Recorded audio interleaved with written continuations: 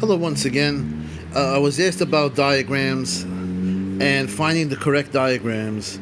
The response is for that, it depends on your level and how much you are familiar with diagrams, who you can go and find diagrams from. So you'll understand what I'm saying when I make that point, but there are different manufacturer of diagram wiring schematics. Now, if you're a beginner, there was years and years ago. There was a book called the HAYNES books, the Chilton. I think the person actually passed away very recently. For a beginner, this is the best type of diagrams. These are very straightforward, very simplified for vehicles. And in the beginning, I used to use this to make videos. The thing that I like about these things is that it's straightforward. In other words, you're following the path from here, and you're going down, and you're going down, and you're watching the current and the voltage this way. So basically you're going in one direction. With the regular schematic, you're going up, down, here. There are many lines, and it confuses you. If you're talking about the lighting system, it used to give you an easy one. Like I said, you start from this point till here, go till here, and boom, and your bulbs light.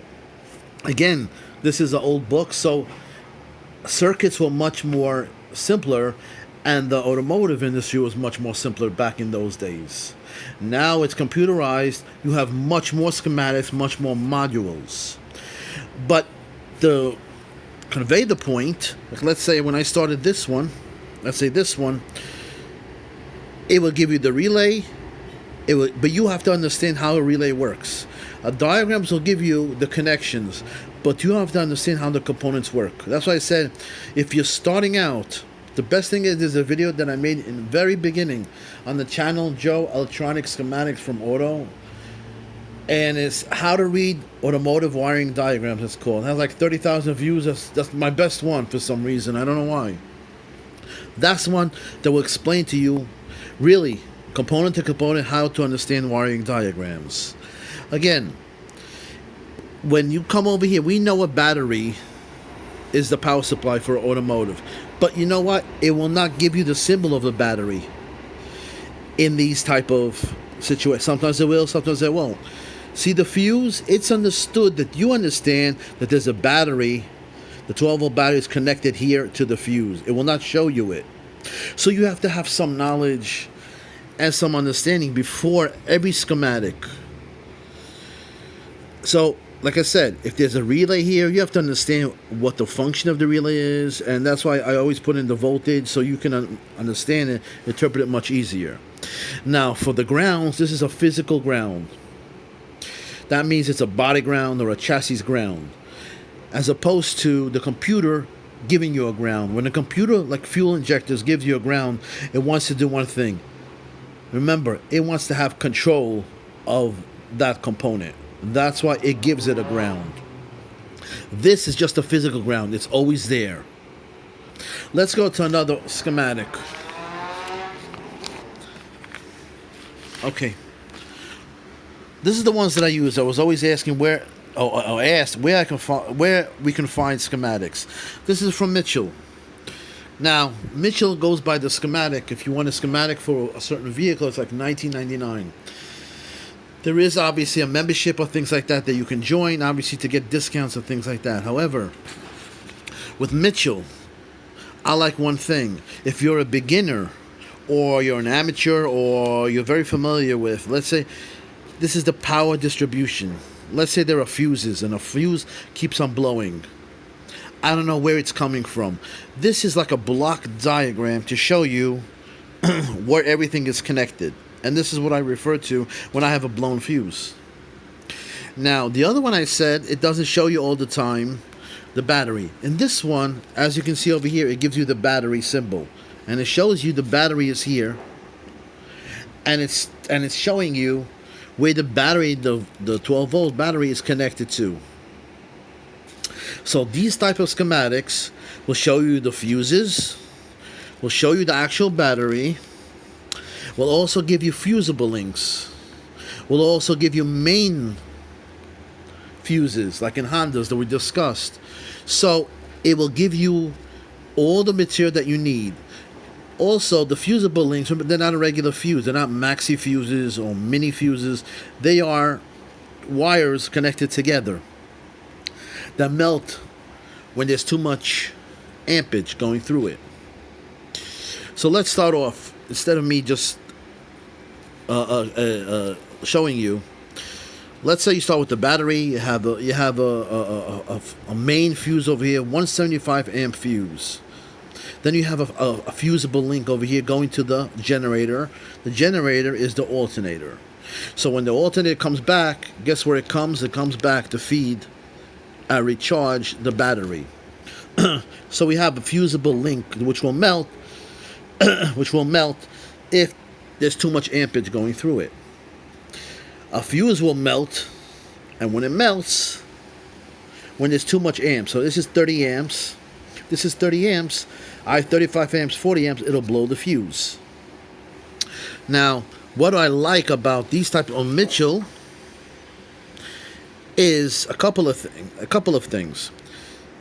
They tell you where. You see these things that are in dotted lines on the hood, fuse block, and other locations. Let's say over here. You'll see what I'm talking about. I'm trying to find an example. Okay. Like let's say over here. You're looking for the splice. The splice is one or more wires, actually two or more wires that come together, connected together. C2 means the connector. This is a connector. This is a connector going to this module or a pump that's in here. So you first start off from the battery. You go and it goes to some circuit, some module. This is just a block diagram of what's there. See this secondary air injection reaction pump? That's a module, and in it could be many components, but it just gives you a block diagram so you know where the fuse of this one, air fuse, 30 amp, is going to, and this one, where this one is going to. This one is going to this pin. This one is going to this pin. The pink and the black gives you the wire. So the second color will give you the one that it's striped black. The red is always red. Okay? The terminal is A, and this is A. So therefore, you have a bunch of things here. It tells you where this is at. So if I'm looking for something, that's why I like these diagrams. It tells you where it's located. Between G100, G is a ground, a physical ground. That's why I just explained it. Okay? 5 centimeters from breakout to engine harness. So it gives you the length of where the distance of where it is. That's why I like Mitchell. They give you where it's connected, where you can find it physically by the engine or next to the engine. That's why I like them. Another thing you should pay attention to, fuses. When you come over here to fuses, there are maxi fuses, the main fuses, and there are mini fuses, micro, the small ones. The small ones usually go for the accessories, the radios. When you're looking for a fuse and you're not sure, let's say you can't read the cover that's on it. 30 amp fuses go in colors, if you didn't notice. Green means a 30 amp fuse. So if I'm looking for a 30 amp fuse, I'm going to be looking for a large green fuse. Okay? Again, 30 amp fuse, this one over here, if I'm looking for it, a green fuse. If I'm going to be looking for a 15 amp fuse, I'm going to be looking for a blue fuse. This is blue, 15 amps. If I'm going to be looking for a 20 amp fuse for the oxygen sensors, I'm going to be looking for a yellow fuse. So if you ever wondered why they are color-coded or different colors, it goes by the ratings. Okay? If I'm looking for a 10 amp fuse in the fuse box, I'm going to be looking for a red fuse. Again, this tells you what these circuits are. You see that I highlighted in yellow. That means these are what it's connected to. These could be modules. These could be many components. It's not just one component. When it says body control module, that is a computer. of sometimes 100, 150 pins. It is a computer. Okay? Again, pink, and these are the terminals. And this C1 is the connector that it goes to. Now, as I've been saying to you, this tells you the location. That's why I like these. Let's take a step further. Let's go to the dealership. The most expensive ones. And that's why I like every single schematic has different things, details to tell you. That's why I'm showing you the different types. Now, you know gauges of wires. The thicker the wire, right? Obviously, the more current. The starter wire, you saw the starter wire from the battery, is a thick wire. Why? It carries more current. So if you're looking for something, you know, if I'm looking for the starter, the one that goes from the battery to the starter, I'm going to be looking for a thick wire from the battery to the starter. Now, this is the way I've been saying, this is the dealership one that I use many times. This gives you the gauge, the diameter. 0.8 is the diameter of the wire. 0.8 is the diameter of this wire. S103 is a splice. Same thing. Connector, C2. Same thing. Grounds are G, always G. This is a physical ground. This is not a computer ground. That's important for you to understand. Now, the one thing that I do like about these is the connectors have a color. So if you're looking for a connector, okay, C2. I'm going to be looking for a black. C2 is black. C3 is red. I'm going to be looking for that color of C2 in this one, which is black. So not only does it tell you the diameter, but it tells you also the wire color, which the other one also told you, which most of them do tell you it's a pink or red. But also, see, this is a black and white over here. Also, it tells you the connector. Let's say you're looking for a mass airflow sensor. You're not sure. It'll tell you the pink connector or blue connector, red connector, and that's helpful to locate things. Okay? 350 is the circuit location of it if you're looking for the schematic. These things will be available again, we have the same thing. The connector is gray, black. See? These things are available for the dealership. You have to work in a dealership. And that's why these have the most details. Again, you have to be very good in these type of schematics to read it. I don't recommend this anyway for beginners. Not at all. Okay? That's that one. That's this one. So every schematic manufacturer has pros and cons. So we spoke about that one, right? Let's speak about the different ones. I'm going to give you an example. Let's show you this one.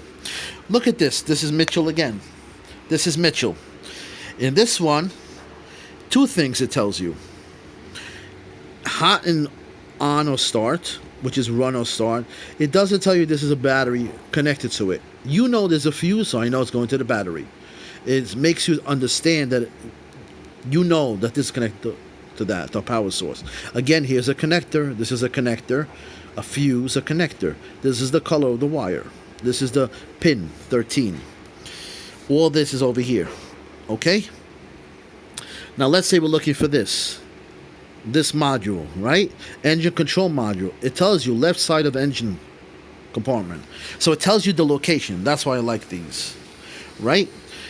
It tells you the gauge of this fusible link. So you know, am I going to look for a thin wire? Am I going to look for a thick wire, right?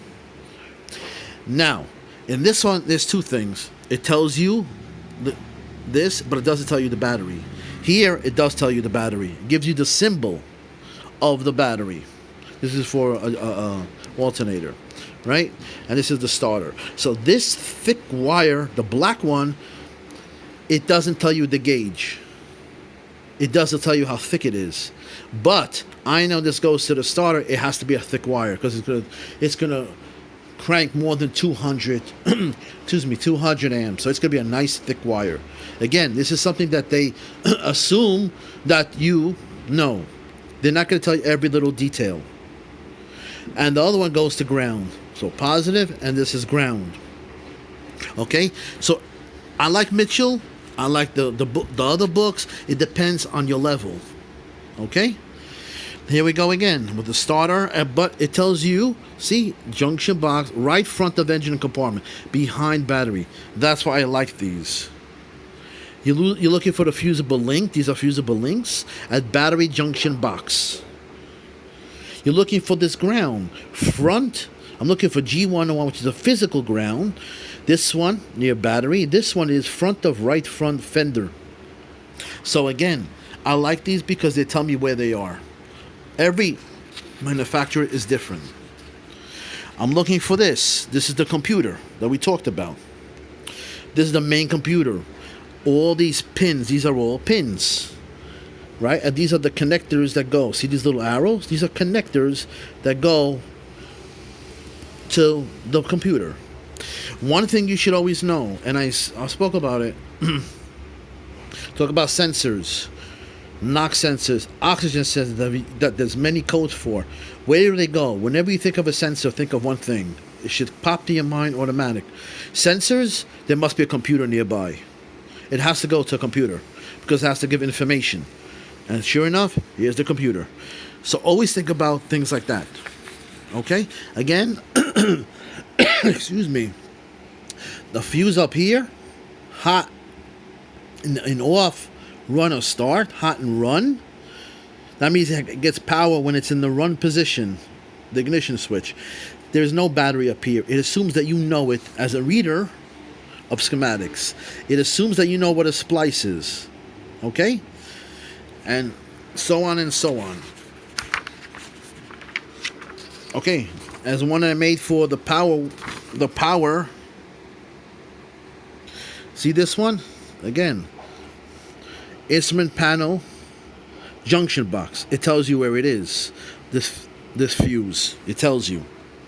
Again, remember the rating and the color of the fuse you're looking for. Here's a motor, right? This is a motor for the power seats, right? When you go back and forth on your seats, there's a motor. This motor goes back and rear, front, and then up and down.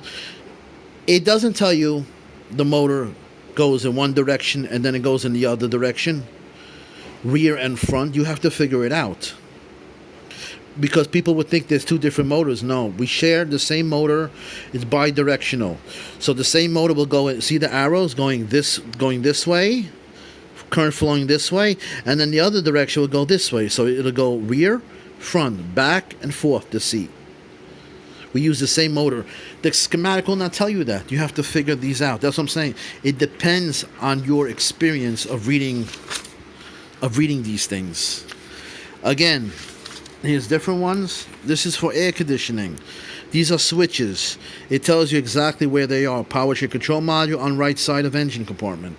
High pressure switch on rear of AC compressor. AC low pressure switch, which goes bad. Where is it? It's on accumulator. It's going to tell you where it's located, but you have to know where the accumulator is. So it can tell you details, but you have to know to a certain degree where it is and what it does. This is the one that I did in the beginning for the computer. And this is what happened. See how long it is? See the computer? And I went point by point by point. And these are all, see, oxygen sensors. Here's the computer. Well, point by point. This is on a high level of electronics. But I'm just telling you, so when you ask me the question, which diagrams, there's Mitchell, there's HAYNES, there's the dealership, there's all data. It depends if you're a beginner. It begins if you have experience reading diagrams. Just like when you start off, you get your license. You're gonna get a cheap car at first, right? Because you keep it simple.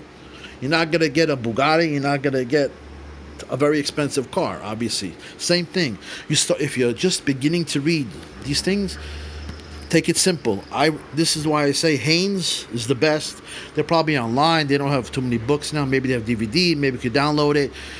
HAYNES is the best. But look for my channel, Joe Electronic Schematics from Auto. Hopefully next week I'll do hands-on if the weather permits.